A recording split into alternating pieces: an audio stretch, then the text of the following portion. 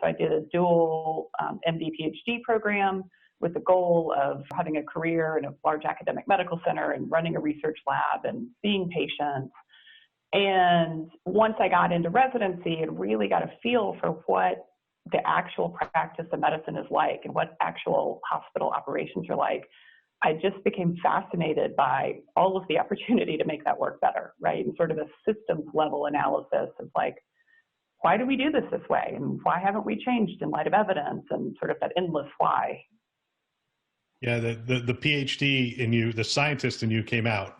You just kept looking, you looked at the hospital operation and you're like, this can be better. So I'm curious about, Elon Musk talks a lot about using the scientific method. And is that essentially your approach? You have a hypothesis. You're like, we could do this better. I think if we do this, this will be better. Is that how you approach your company and your entrepreneurial efforts?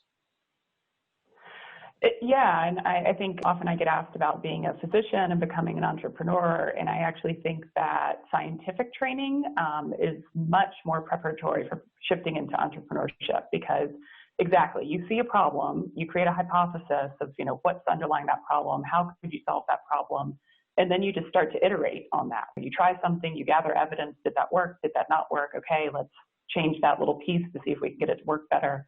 And in our journey, when we first launched a platform, it was standalone.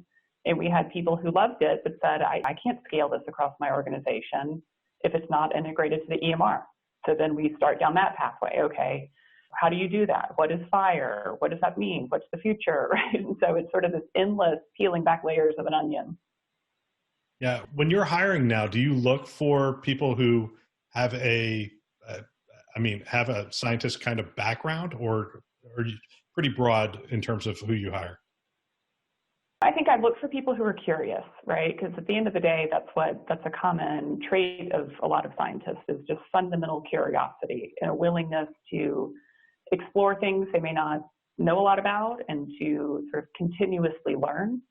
And so certainly when people join our team, it's like, this is a young, nimble company, and what we're doing today may be different than what we're doing 3 to 6 months, and you need to want to go on that journey with us.